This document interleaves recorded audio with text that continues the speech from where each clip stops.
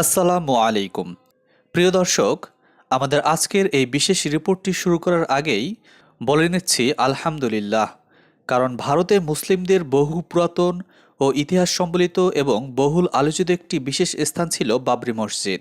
আর সেই বাবরি মসজিদটিকে সরিয়ে বর্তমান হিন্দুত্ববাদী মোদী সরকার ক্ষমতার দাপটে সেখানে প্রতিষ্ঠা করতে চেয়েছিল মূর্তি পূজার জন্য রাম মন্দির। এবার সেই রাম মন্দির তৈরিতেই আল্লাহ প্রদত্ত প্রাকৃতিক বাধা আসলো। থমকে গেল সব বাঘা বাঘা ইঞ্জিনিয়াররা। এ বিষয়ে আরও বিস্তারিত জানতে ছোট্ট এই ভিডিওটি শেষ পর্যন্ত আমাদের সাথেই থাকুন। ভারতের অযোধ্যায় বহুল আলোচিত বাবরি মসজিদের জায়গায় রাম মন্দির নির্মাণ করতে গিয়ে এবার প্রাকৃতিক বাধায় পড়েছে মন্দির কর্তৃপক্ষ। বিশেষজ্ঞরা জানিয়েছেন, ওখানে রাম মন্দির করতে গেলে ধসের আশঙ্কা রয়েছে। শ্রীরাম জন্মভূমি তীর্থক্ষেত্র ট্রাস্টের সচিবের বরাত দিয়ে এ তথ্য জানিয়েছে ইন্ডিয়ান এক্সপ্রেস। খবরে বলা হয়, এতদিন আইনি জটিলতায় রাম মন্দির নির্মাণ বাধা পেয়েছে, কিন্তু গত বছর সুপ্রিম কোর্টের নির্দেশে রাম মন্দির নির্মাণে আর কোনো বাধা ছিল না। এরপর গত 5 আগস্ট ভারতের প্রধানমন্ত্রী নরেন্দ্র মোদী মন্দিরের ভিত্তিপ্রস্তর স্থাপন করেছেন। কিন্তু এবার নির্মাণগত বাধার সম্মুখীন রাম মন্দির। মাটি পরীক্ষার পর দেখা গিয়েছে, মন্দিরের ভর ধরে রাখার মতো ক্ষমতা নেই নির্মমান কাঠামোর, যার জেরে সমস্যায় পড়েছে এবার মন্দিরের নির্মাণ কাজ। ফলে বিকল্প উপায় খুঁজছে trust. IIT, NIT, central building research institute এবং লার্সেন অ্যান্ড টিউব্রোর মতো সংস্থার প্রযুক্তি বিশেষজ্ঞরা মন্দিরের প্রস্তাবিত গর্ভগৃহের পশ্চিম দিকে পানির তোরে বেলেমাটি ধসে যাওয়ার দরুণ সমস্যার সম্মুখীন। ইন্ডিয়ান এক্সপ্রেসের ওই প্রতিবেদনে আরও উল্লেখ করা হয়, স্থাপত্যের নকশাকারের প্রতিষ্ঠান লার্সেন অ্যান্ড টিউব্রো যে রিপোর্ট জমা দিয়েছে তাতে দেখা গিয়েছে, ভূপৃষ্ঠ থেকে 20 থেকে 40 মিটার গভীরে 1200 কংক্রিট পিলার বসানো হবে। ট্রাস্টের সচিব চম্পত রায় বলেন, বেশ কয়েকটি পিলার ভূপৃষ্ঠ থেকে 125 ফুট নিচে বসিয়ে তার 28 দিন পর পরীক্ষা করা হয়েছিল। সেই স্তম্ভগুলির উপর 700 টন ভর চাপিয়ে পরীক্ষা করা হয়, কিন্তু আশাতীত বা পজিটিভ কোনো ফল পাওয়া যায়নি। মেশিনে যে রিডিং পাওয়া যায় সেটা আশা করা হয়নি। তিনি বলেন, গর্ভগৃহের পশ্চিম দিকে সরজু নদী বয়ে চলেছে। যেখানে পিলারগুলি বসানো হয়েছে তার পাশেই নদীর পানি ও বেলেমাটি রয়েছে। ইঞ্জিনিয়ারদের মতে, নরম বালি স্থাপত্যের ভর ধরে রাখতে পারবে না। তাই বিশেষজ্ঞরা চিন্তাভাবনা করছেন কিভাবে মন্দিরের গর্ভগৃহের কাছে নদীর পানিকে আটকে রাখা যায়, কিভাবে বালির উপর স্থাপত্য তৈরি করা যায় এবং কংক্রিট পিলারের স্থায়িত্ব বাড়ানো যায়। প্রসঙ্গত, 1992 সালের ডিসেম্বর মাসে সাম্প্রদায়িক ও ফ্যাসিবাদী শক্তি এবং রাজনৈতিক দলগুলোর সমর্থকরা বাবরি মসজিদে হামলা চালাতে উস্কানিমূলক ভূমিকা রেখেছিল এবং মুসলমানদের 500 বছরের পুরনো মসজিদটিকে অত্যন্ত নৃশংসভাবে হামলা চালিয়েছিল। 2019 সালের নভেম্বরে সুপ্রিম কোর্টের প্রধান বিচারপতি রঞ্জন গগৈয়ের নেতৃত্বাধীন 5 সদস্যের ডিভিশন বেঞ্চ রায়ে জানায়, বিধিগত জমির উপর মসজিদের জায়গাতেই মন্দির নির্মাণ হবে। এবার আসুন জেনে নেই, বাবরি মসজিদের জায়গায় যেভাবে রাম মন্দিরের সিদ্ধান্ত এলো। ভারতের উত্তরপ্রদেশের শহর অযোধ্যায় 1992 সালে ধ্বংস করা হয়েছিল বাবরি মসজিদ। এ নিয়ে এই শহরে বহু বছর ধরেই হিন্দু ও মুসলিমদের মধ্যে বিবাদ চলছিল। বিতর্কিত এই স্থান নিয়ে রাম জন্মভূমি ট্রাস্ট ও সুন্নি ওয়াকিফ বোর্ড সুপ্রিম কোর্টের দ্বারস্থ হয়। অবশেষে 2019 সালের নভেম্বর মাসে এই বিতর্কিত জায়গায় রাম মন্দির তৈরির পক্ষেই চূড়ান্ত রায় দেয় ভারতের সুপ্রিম কোর্ট। আর বাবরি মসজিদের বদলে মুসলিম পক্ষকে মসজিদ তৈরির জন্য অযোধ্যার মধ্যেই 5 একর জমি দেওয়ার নির্দেশ দেয় সুপ্রিম কোর্ট। এই রায় নিয়ে মুসলিমদের মধ্যে অসন্তোষ রয়েছে। সরকার পক্ষ থেকে এপ্রিলে রাম মন্দিরের ভিত্তিপ্রস্তর স্থাপনের ঘোষণা দেওয়া হয়, কিন্তু লকডাউনের জেরে পুরো প্রক্রিয়াটি পেছাতে হয়। দিল্লি নির্বাচনের 3 দিন আগে লোকসভায় সেই ট্রাস্ট গঠনের কথা বলেছিলেন প্রধানমন্ত্রী নরেন্দ্র মোদী। বিজেপির এমপিরা সেদিন জয় শ্রীরাম ধ্বনি তুলেছিলেন। গত 26 মে মন্দিরের নির্মাণস্থলে যান রাম জন্মভূমি তীর্থক্ষেত্র ট্রাস্টের চেয়ারম্যান মহন্ত নৃত্য গোপাল দাস। আর সেখানে পুজোর পর রাম মন্দিরের কাজ শুরুর ঘোষণা দেন তিনি।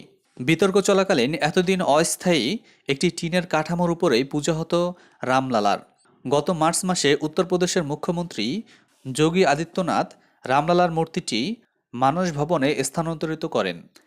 এদিকে বাবরি মসজিদে হামলাকারীদের রহস্যজনকভাবে বেকসুর খালাস করে দেওয়া একটি ফ্যাসিবাদী সিদ্ধান্ত বলে মন্তব্য করেছেন ভারতীয় মুসলমানদের সর্ববৃহৎ সামাজিক সংগঠন জমিয়াতে উলামায়ে হিন্দির সাধারণ সম্পাদক মাওলানা মাহমুদ মাদানী।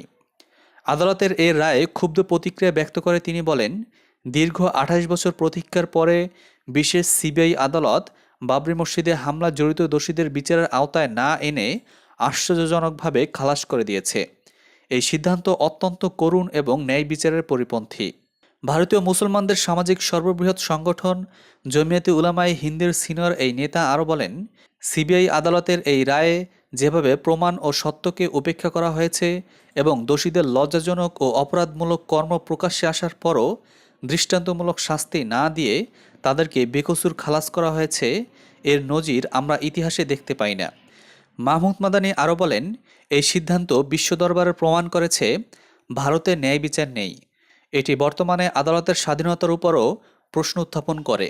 বাবরি মসজিদে হামলাকারীদের উপযুক্ত শাস্তি না হওয়া এই ধরনের অপরাধীদেরকে আরও উৎসাহ যোগাবে এবং সংখ্যালঘুদের মনে শঙ্কা ও আদালতের প্রতি তাদের অনাস্থা তৈরি করবে। মাহমুদ মাদানী বলেন, সিবিআইয়ের এই সিদ্ধান্তের বিরুদ্ধে হাইকোর্টের আপিল করা হবে এবং দেশের সাধারণ স্বার্থ এবং ন্যায় বিচারের নীতিমালা বিবেচনা করে এই সিদ্ধান্তের ফলে যে ক্ষয়ক্ষতি হয়েছে এবং হবে তার ক্ষতিপূরণও চাওয়া হবে।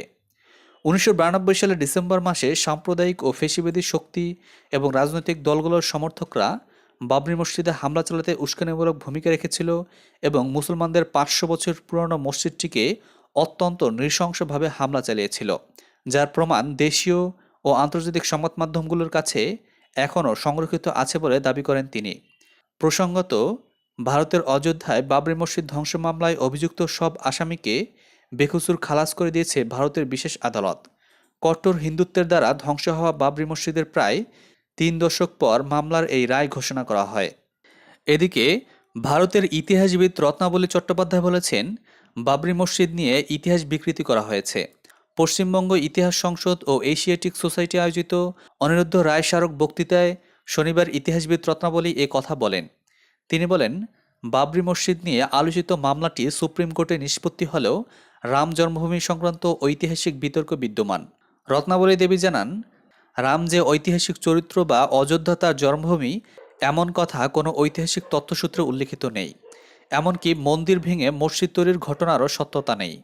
কাল্পনিক বা মন গড়া কাহিনীকে কিভাবে ইতিহাস বলে উপস্থাপিত করা হচ্ছে এবং দেশের শাসক দলের তার প্রতি যে প্রশ্রয় তাও বিস্তৃতভাবে আলোচনা করেন তিনি।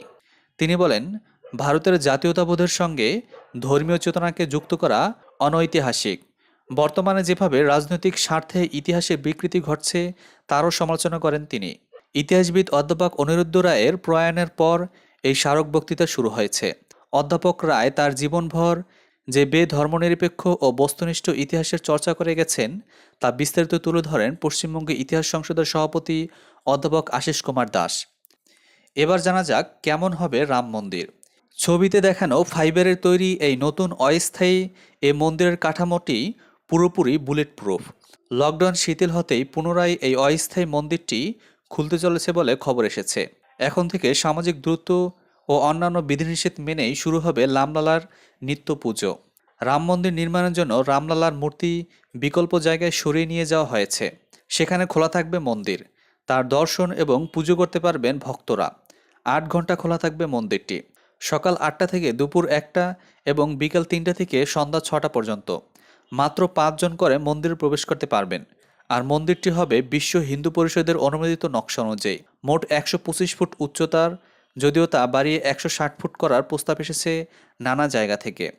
মন্দিরের প্রথম তলা ১৮ ফুটের, সেখানে থাকবে রামলালার মূর্তি। আর দ্বিতীয় তলা হবে ১৫ ফুট ৯ ইঞ্চি।